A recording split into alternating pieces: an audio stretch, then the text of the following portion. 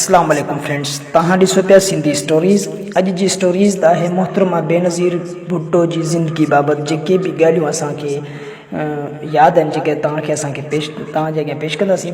उन खां पहिरियां इहो ई अर्ज़ु कंदासीं त अगरि तव्हां असांजे चैनल ते न्यू आहियो त असांजे चैनल खे सब्सक्राइब कयो ऐं उन सां गॾु घंटी ते ज़रूरु प्रेस कयो, जीअं त मुस्तक़बिल में जेका बि वीडियो ठाहियूं उहा अव्हां ताईं रसी सघे। दोस्तो, सिंध जे मर्द ख़ैज़ मिट्टी अहिड़ियुनि अज़ीम अॾावल ऐं महिमान शख़्सियतनि खे जनमु ॾिनो आहे जिन पंहिंजी शानदार किरदार ऐं अमल वसीले दुनिया में सिंध खे वॾी मञता ॾियारी आहे।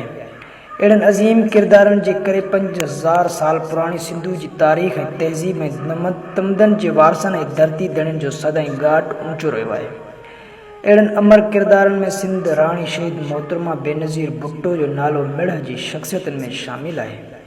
हिन 21 जून 1953 में कराची शहर में भुट्टे ख़ानदान जे घर में जनमु वरितो।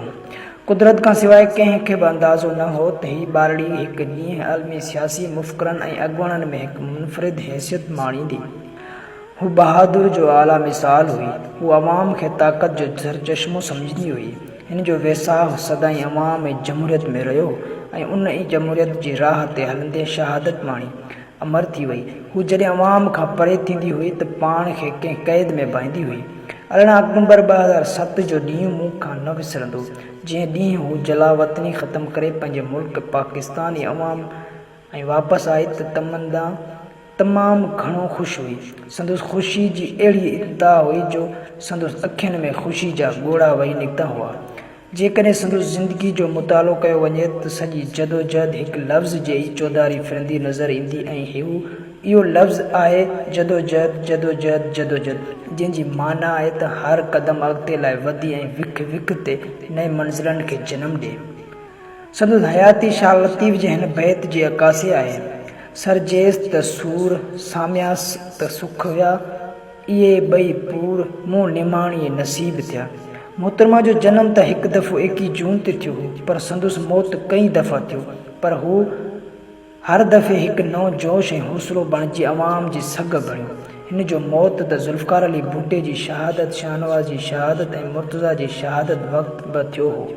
हिन जो मौत त 18 अक्टूबर 2007 ते संदसि वतन वापसी ते बि थियो हो, जंहिंमें हिन ते क़ातिलानो हमिलो कयो वियो, जंहिंमें संदसि कई जान निसार शहीद थी विया, पर हू पोइ बि कॾहिं कान ॾिनी। पर 27 डिसंबर 2007 वारो ॾींहुं खेसि जिस्मानी तौरु असां खां हमेशह लाइ जुदा करे वियो, पर संदसि ॾिनल फ़िकर असां सां हर वक़्तु रहंदो। संदसि यादूं असांखे संदसि 27 डिसंबर ते विखिरजी वियूं, ॻाढ़ियूं पतियूं विखरी वियूं, सॼो चिमन जुड़ी वियो हो, सॼी ज़मीन सड़ी वई हुई, पर गुल जी ख़ुशबू ज़िंदा आहे। इहा आज़ादु आहे। ख़ुशबू खे केरु क़ैद नथो करे सघे। हू कल्ह बि ज़िंदा हुई, अॼु बि ज़िंदा आहे, सुभाणे बि ज़िंदा रहंदी। हिन खे हमेशह साओ ऐं आसमानी रंग पसंदि हूंदो हो। संदसि हिकु ॿिए पसंदि हिन हुई गुलाब, ऐं अॼु तारीख़ शायदि आहे त संदसि लहद ते हर वक़्तु ताज़ा गुलाब वकिरियल आहिनि, बल्कि ईअं जीअं संदसि शहादत वक़्तु बि गुलनि जो हार संदसि विचीअ में पातल हुयो। बेनज़ीर त ॼमंदी बेनज़ीर हुई, जीअरे बि बेनज़ीर हुई, शहादत खां बि बेनज़ीर आहे, छो जो हू हुई बेनज़ीर। मोहतरमा बेनज़ीर भुट्टो रुॻो हिकु शख़्सियत न, पर फ़िक्र जी तहरीक हुई। जंहिं फ़िक्रे तहरीक में माण्हू मरणो न आहे, पर हर जनम वठी वरणो आहे।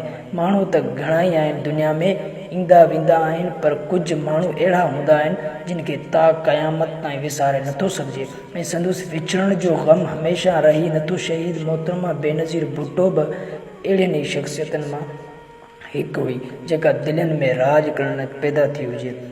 दोस्तो, हिते ई असांखे जेका ॼाण हुई तव्हांजे अॻियां पेश कईसूं।